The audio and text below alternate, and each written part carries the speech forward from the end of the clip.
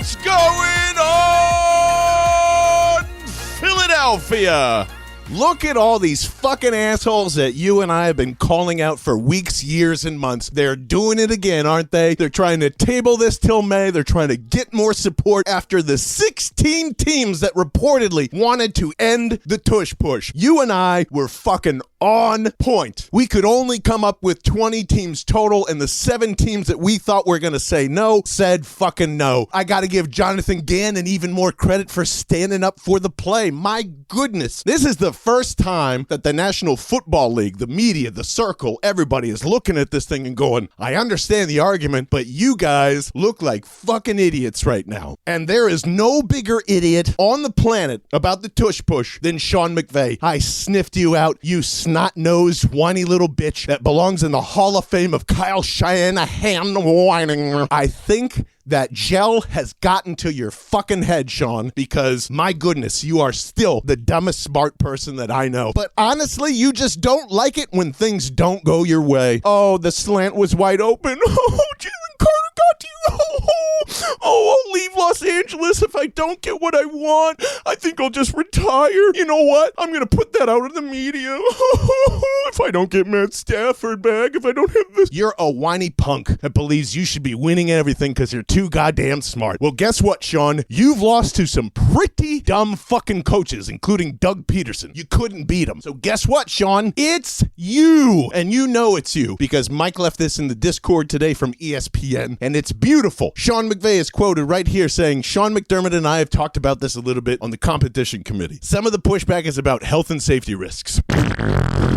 And Howie made a great point about the fact that, hey, there's other plays. Well, why is that any different from the normal sneak on some of the short yardage and goal line situations? I said it's a very valid point. And then I did acknowledge the fact that I didn't like the optics of the play, even though I know I sound like a hater wanting it out because you guys, the Eagles, do it better than anybody. And they were telling me that I was a hater for that. Because you are, Sean, both of you, McDermott and McVay. You can't understand a smart guy like you that has like a defensive line that's as big as me can't stop one of the most powerful running plays in the NFL. That's your fault, Sean. And all of this is just a major complaint from head coaches and GMs who don't want to scout players now to either run this or stop this. And by the time that they have to go, okay, it's not going to go anywhere, the Eagles are once again going to be ahead because they've been running it for years. And there's new wrinkles to it. And the funny thing about this is Green Bay pushing this forward and being the main complainer whiner here while still giving the Eagles the best idea ever with a new version of a Tush Push by using a tight end in motion and having him go under center. There are too many skill position plays now, including guys like A.J. Dillon who can trot out there and go back and forth with his tree trunk legs and do the same thing. So not only are these teams going to be so pissed that they can't get this thing out this offseason, they're going to be so mad of how much they now have to refocus a lot of their offseason program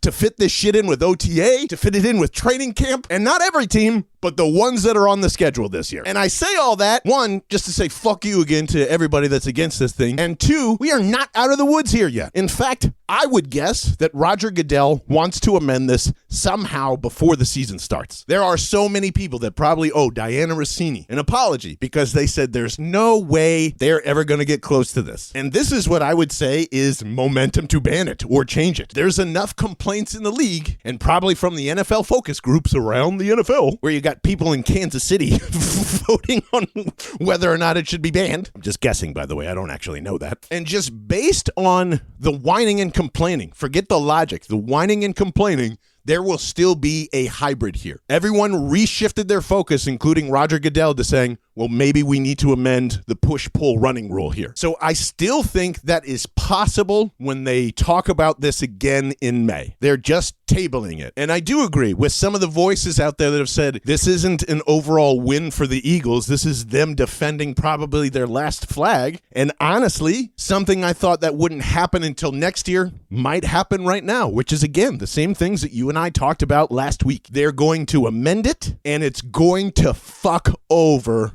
the rest of the league anyway, because the rest of the league is going to believe, we're safe now. It's not an automatic play. It won't be 80%, and it'll still be 80%, probably better. I mean, I just got done talking about the tight end wrinkle. They threw let's just back up Jalen Hurts all the way and throw a 50-50 ball to A.J. Brown. That's going to happen more often, and what I think people do not see right now is you are one step or motion step away from running a wing T out of that, or triple option like some people have suggested. So I'm excited for the new wrinkles, because if you're pissing off Howie Roseman on April 3rd, and they're all thinking about this, and why now they are obsessed with holding on to the fullback, which has a lot to do with Saquon Barkley, for sure. However, did think it was interesting that they are holding on to that permanently, it looks like. And I think a lot of that has to do with this tush push thing and where it ends up. Fine, you take out the you take out the runner, there's a billion different options on who can do this thing. And I don't have much more for you other than that, because we are just going to sit here and wait until after the draft. It seems like there are a bunch of things that can happen right now. At nauseum, we have confirmed a lot of things between Nick speaking, Jeffrey Lurie speaking, Howie Roseman speaking.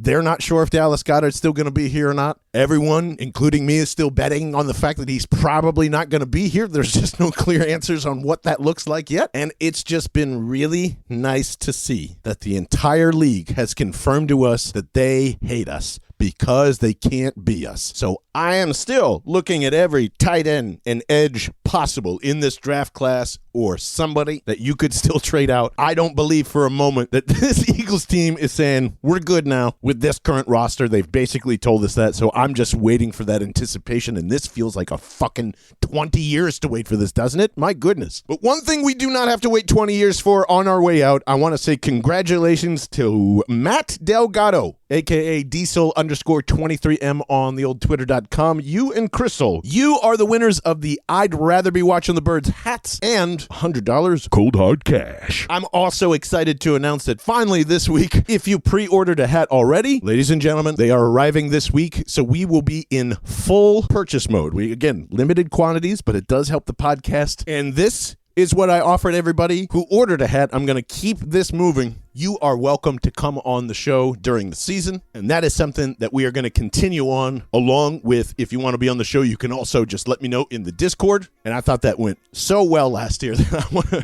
refocus all that. It's really fun getting everybody's perspective. And again, I'm just like you. I'm just sitting here watching the birds. I'll see you next week, and hopefully there's some positive news to talk about. I'll see you then.